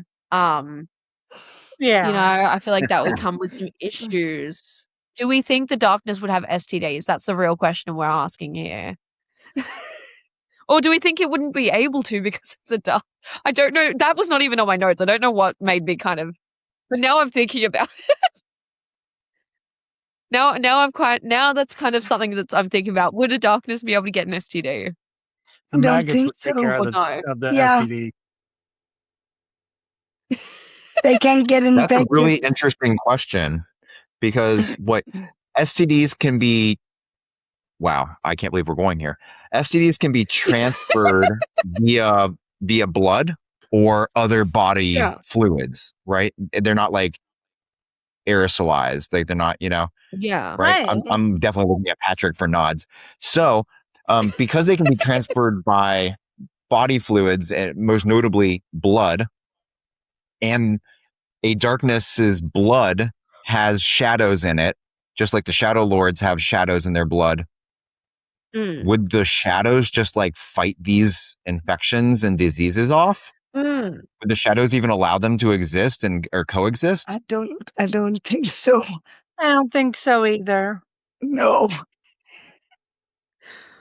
That was not even on my notes. I don't know what made me go there. He's not giving it. I think they're like, we can't, it's not going to happen because we can't feed off this. Yeah, actually, that's true as well. They can't. Human thing. Yeah. Well, yeah. I love where my brain goes when I read my dumb notes. I write the dumbest, like I write the most basic things ever, and I'm like, no, I can just bounce off them, and then it becomes this. This is great. Okay, we love it too. I love my. This is I'm the youthful hire. I'm here to be like the Gen Z of this podcast. Hell yeah. Okay. Thank you. And We then need it. Yeah. you wouldn't get questions like the STD question without me, guys. Be honest. No. Definitely not. Maybe I need to like just give you guys my random like youthful questions on the weeks that I can't make it, just in case.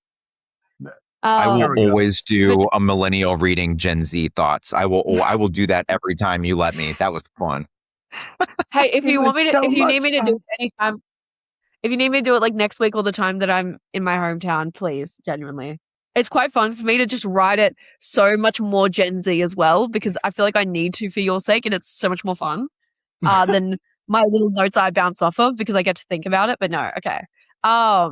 Continuing on from the STDs and everything, Olivia pretty much reiterates everything. Olivia's just doing her whole recap, just like, okay, so you're saying that the dagger, okay, so the dagger, yeah, so it basically becomes human, okay, so she's just, yeah. And then pretty much we also get told, if you don't control the blade, the darkness could fuck you up, aka poisoning your thoughts, memories, etc. I love how I didn't even realize I wrote it could fuck you up. That's beautiful.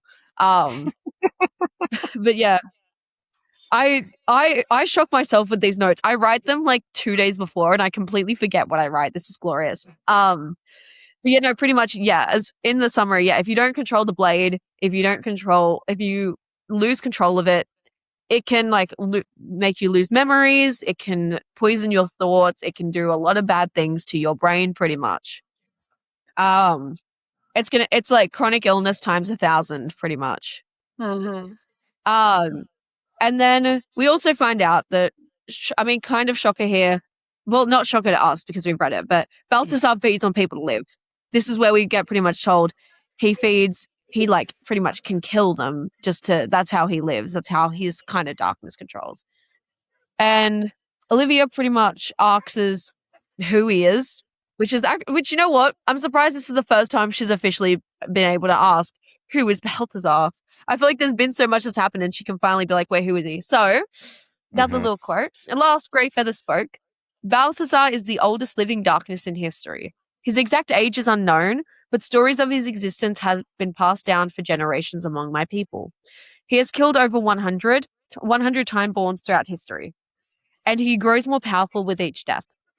Ruthless, cunning, and utterly evil, Balthazar is dangerous beyond your wildest comprehension, Little Moon. So I feel like that sums him up. He's an awful person as far as we're aware. They don't even know how old he is. They don't actually fully know how many people he's killed, especially time-borns. They've only really heard the stories and the repercussions, which is also quite scary because then he is literally just this entity that they don't know how to really defeat. Mm-hmm.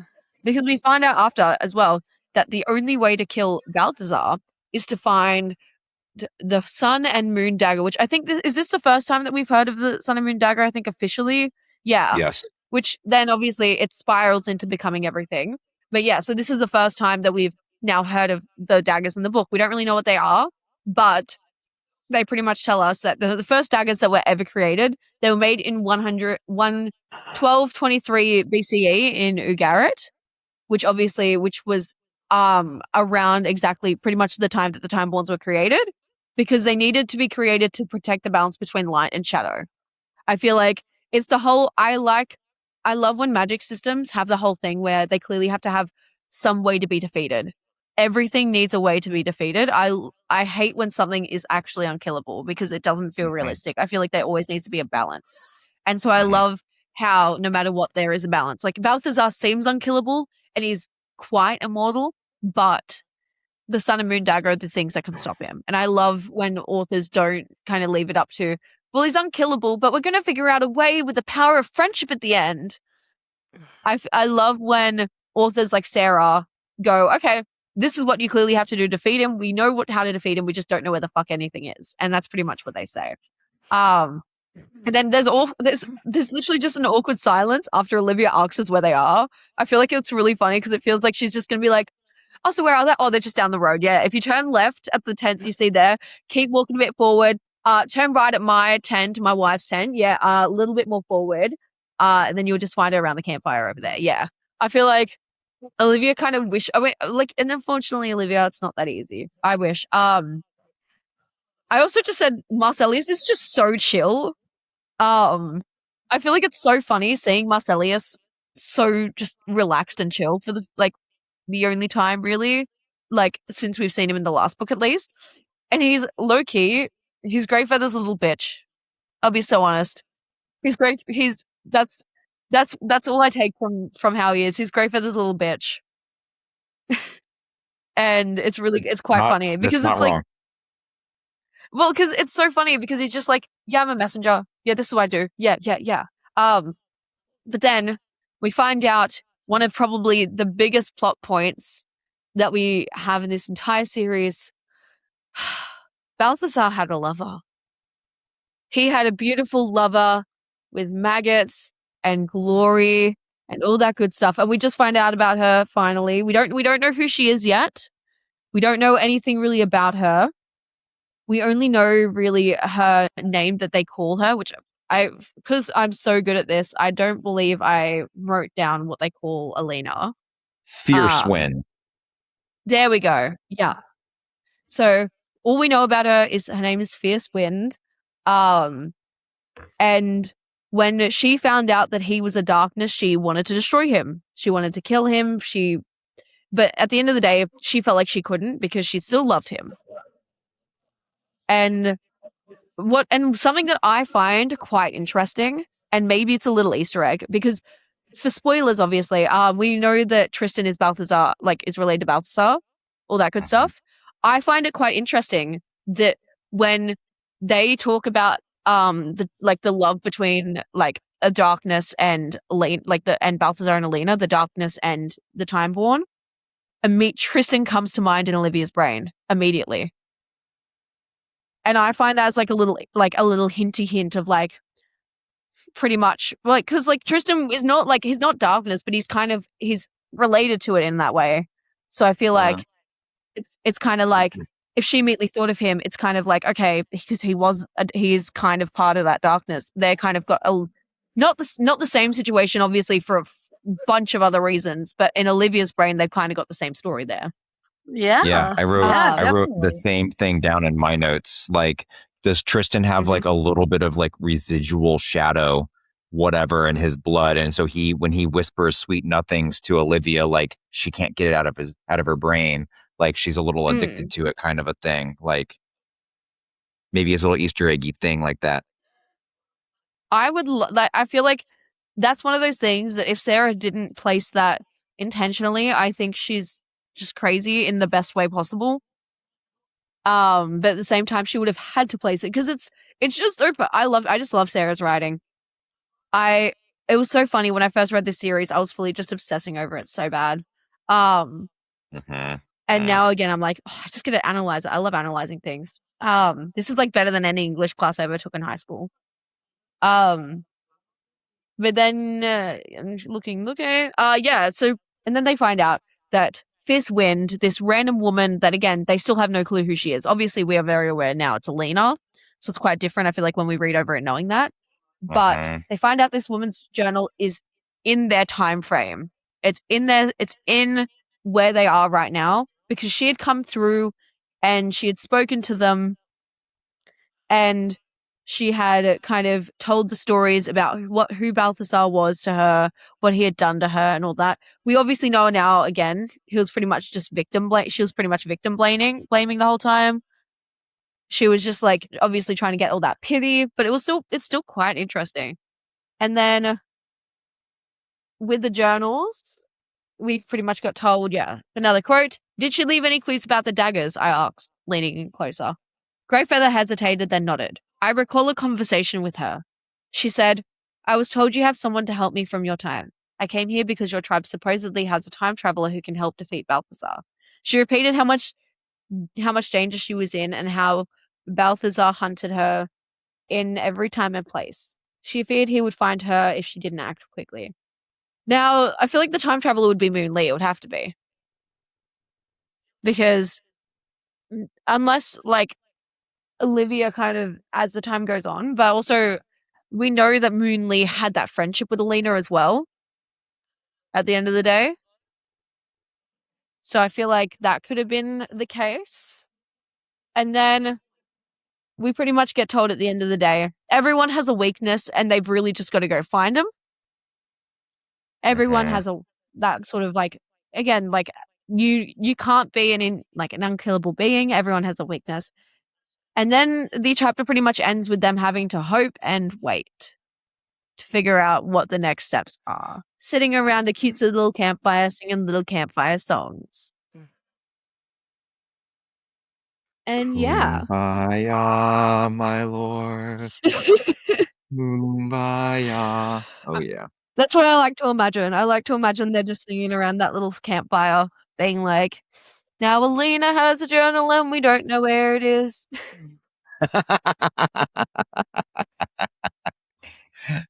That's freaking funny. That's great.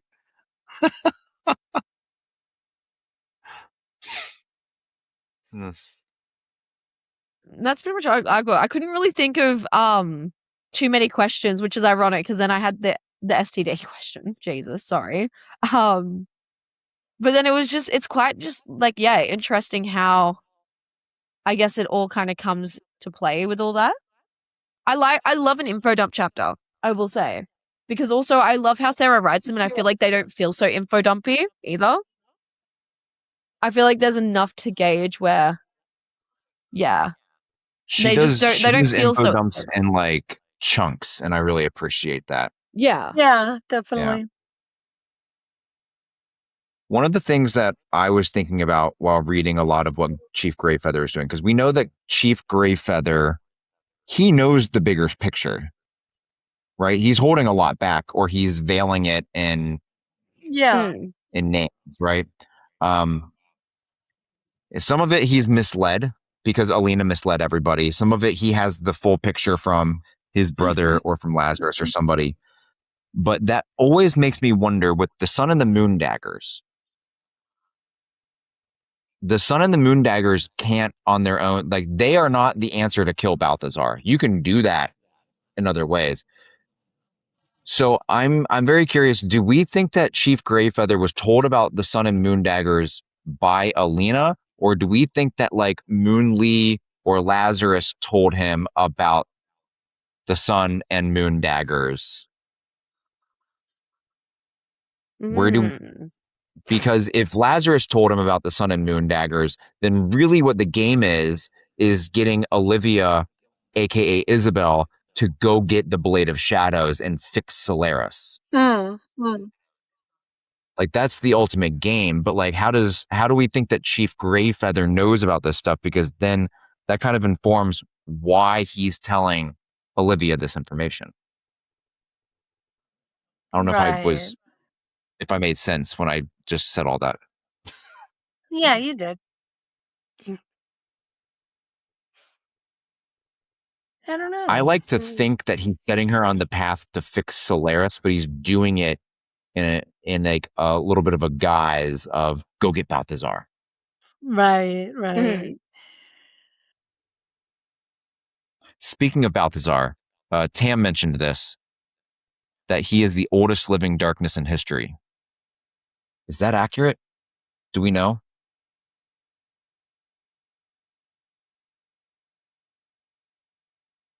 I don't think we really know.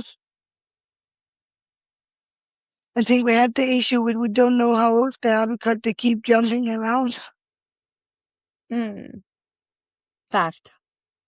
So I don't know if he's actually the oldest or he was just put so far back in time that maybe that's why he's the oldest.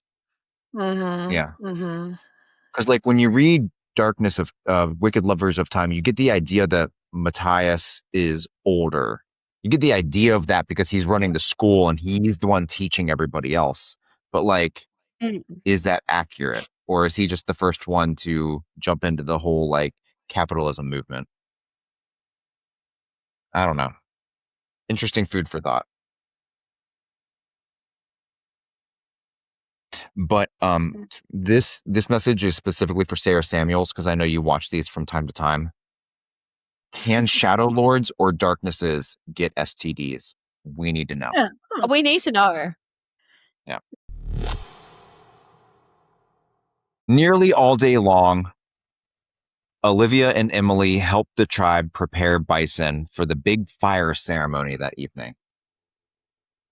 And Lou is going to close us out with the fire ceremony. Yeah, so now we are at the day of the fire ceremony. And then that Roman and Olivia, they get to have a little lovely kissy kiss time. Just for once. So now they are very happy. And then Olivia is concerned because she wants to, well, actually, she isn't quite sure if she wants to tell Emily about her darkness or not. And she's like, okay, Emily might be in danger. What should I do? Should I tell her? Should I not?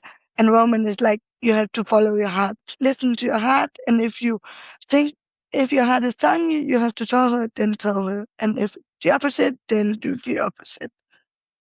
And they talk a little back and forward about this. And then, the day passes, and the Roman is like, "Oh, I forgot to ask about ask Great Feather if he can bless our marriage or our ceremony." And she's like, "Okay, that's not what's most important right now. We just have to figure out how we're gonna defeat Balthasar." Blow off. Yes, and find and find Alina's journal. We have more important stuff.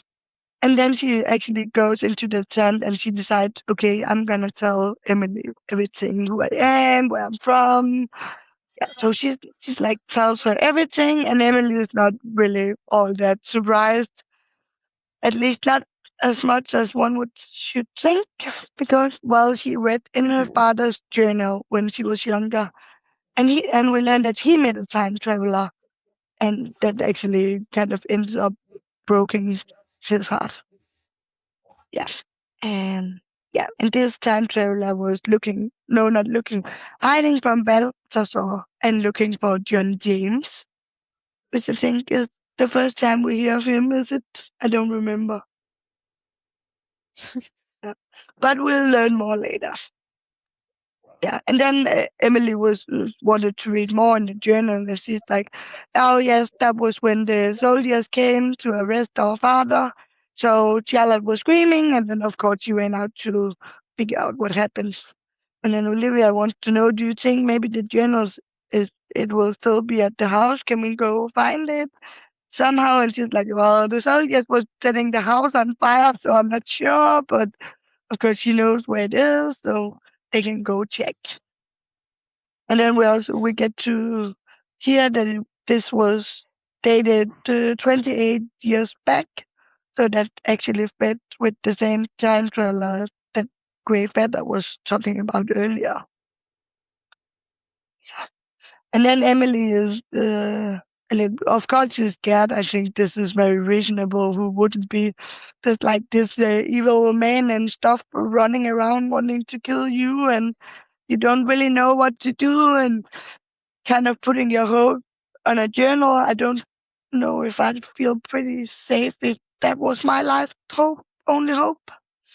But she's like, okay, maybe we should just stay in the camp. Wouldn't that be safer? And Olivia's like, no, we need to figure out how to end this, so we're not gonna be safe like anywhere, but I'll protect you.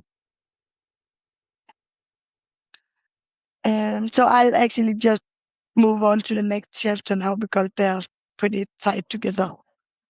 The next one is actually just before the ceremony, so they have to go to a sweat lodge.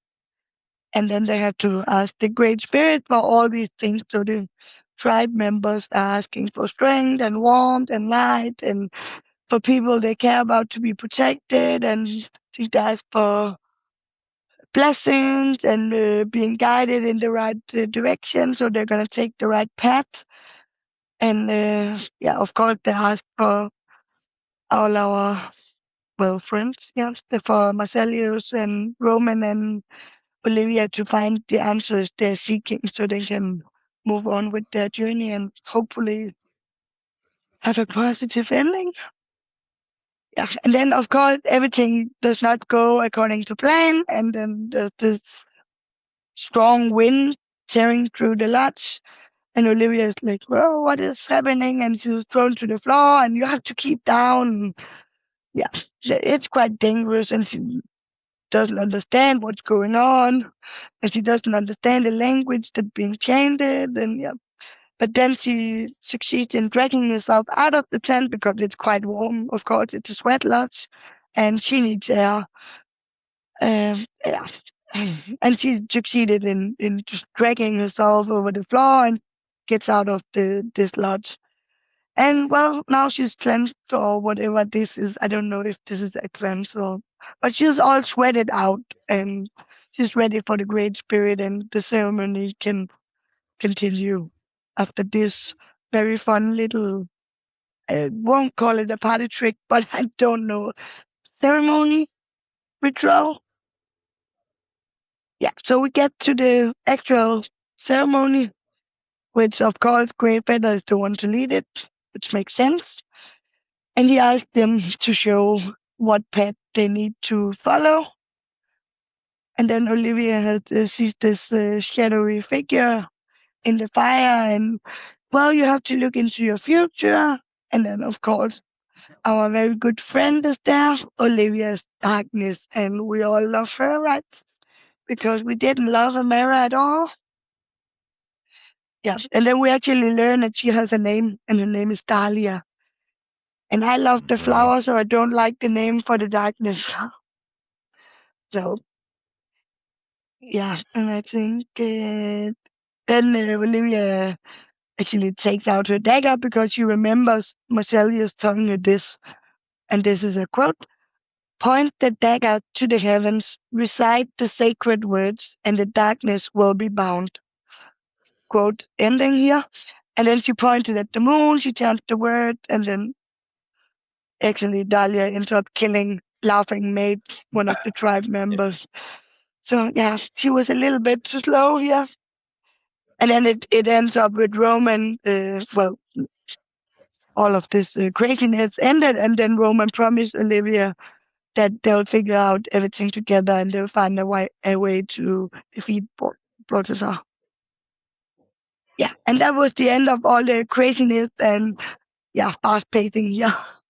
A lot of stuff happening. Woo. Yeah. Nice. So what I wanted to ask you guys is, do you think they were prepared for the wind that came to the sweat lodge? Or do you think something went wrong or someone interfered? Or To me, it almost sounded like I can't remember who it was. The one that was inside and doing the incantations. It almost sounds like she had done that before. Like she had recognized what was entering the tent. Even though we don't get that, we aren't told that or something like that, but she seemed pretty calm and knew what to do when it happened. So it's almost like she was already aware that this was a possibility because Olivia's a time-born. So there's going to be a darkness because Moon Lee's a time travel, time-born. Roman Marcellus. So I'm pretty sure that, to me, that's the way I read it, was the fact that she was already aware of that. So, and even later on, because I don't know if it was this chapter or not, where the tribe actually gets mad at Great Feather saying, "You brought these people in here, you brought this danger to us, and this and that." And he's like, "Well, you knew they were time travelers. Duh, you know that's going to happen. We're always going to be at that risk." So, that's what I found. That's what I took out of that whole situation. I was just wondering if they knew this, why didn't they just tell her from the beginning, we are doing this, and then you have to lay down and stay down? Why not prepare her in advance? But maybe that would just break a part of the ritual. Maybe she has to be spooked, or I don't know. Yeah. Yeah, I wrote down some notes, and I don't have any answers. I don't even have any headcanon, but it was like, is it because Olivia is a time-born? Or is it because she's not Sioux and she opened her mouth and spoke during the ceremony? Or is it because she invoked the darkness? Like, is this the author trying to make a little bit of a supernatural nature response to the darkness to like heighten the darkness's shitasticness in our minds a little bit more. Or is it like Balthazar's name specifically, because Olivia mentioned Balthazar's name specifically? But I like the idea that Patrick had, that it's just because she's time-born, because I think it's Leaping Deer. Leaping Deer is the elder one, Leaping right? Deer, yeah. Leaping Deer is very calm and seems to be telling Laughing Maid what to do. And how would she know that unless it had happened before? Why would it have happened before? I like Patrick's idea of, well, there's dancing fire and Alina was in the tribe at one point, and maybe, yeah, I don't know. I'm going to go ahead and put that as my headcanon. I like that, Patrick. I like that. Very nice. Mm-hmm. Yeah, and then the next thing I had, it was kind of like the same when they do the fire ceremony. Why are they not prepared for darkness to arrive if they did it before? They should have known. Or did they never do this before? I feel like, yeah, you'd expect them to be prepared with, like, how often they'd come across that sort of stuff. You'd expect, like, a backup plan or, like, a secret bunker or some shit, you know? Yeah. I feel like with the randomness of it, it's like they just need to be like Mad Eye Moody, just like constant vigilance. And it was also quite weird. They were like, you brought them here. Well, you already knew they existed. You knew that when you accepted them into your tribe, you said you can stay here. If you're not prepared to take a risk, why invite people in? I knew that this attack was coming. And so one of the things I was looking for and reading for through this chunk was any mention of the phases of the moon. I've been trying to track when full moons happen, and I don't think it's really mentioned. I don't think it's trackable. So it's like, when did the full moon happen? Meaning, when did Dahlia get there? Like, has she just been there for like 3 weeks and she's just biding her time? Or did she get there and immediately attack them? I think that would be something that would be really interesting to know. I don't know why it'd be interesting to know, but it'd be interesting to know because I'm a loser, I guess. No, it is interesting. But it was actually quite funny because in this chapter 18, it says at some point, it's a moonless sky, and then suddenly Olivia is pointing a dagger at the moon.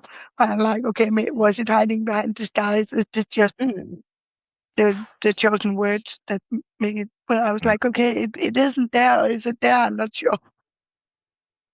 That whole, like, you point the dagger at the sun or you point it at the moon and you rattle off that long ass poem seems like such a long process when you're in the middle of a fight with a supernatural being. Yeah. There's got to be something with a little bit more of an expeditious nature to give these Timeborns an edge, you know? And also, why not? I assume the darkness, they know this as well, so they can just push over the one chanting, like, oh my god, you're not going to finish this thing. I think if you're being pushed, you'll just stop talking. And I assume you'll have to start over. So it's quite easy to stop this. Speaking of her darkness, Dahlia, I've thought this was interesting. It's the creature's skin, or what passed for skin, was blackened and charred, pieces flicking away to reveal a cracked, ashen surface below. Its entire form undulated like a living shadow. So, to me, she's not in her human form. She's in her darkness form. Yeah. So, like, when Balthazar's in his darkness form, it's the maggots coming out. Right. And I think Amir has cockroaches. Yeah. I think he's got a different bug. But Dahlia is filled with ash. That's her, like, not a bug, but ash. And I think that's super interesting. I don't know really what that means.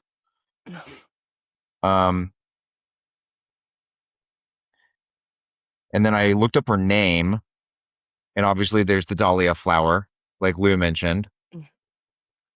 But then apparently in the Victorian language of flowers, the dahlia flower represents dignity, elegance, inner strength, and commitment, which I felt were very interesting synonyms for a darkness that is evil and hellbent on carrying our FMC. And then in Lithuanian mythology, like Baltic traditions, right? Dahlia with no H is the goddess of fate and destiny. Yeah. I found one Easter egg in these two chapters that I thought was awesome. What was it? Quote, Emily's brows drew together, suspicion clouding her features. She said, far-fetched? Like you're secretly a royal or something?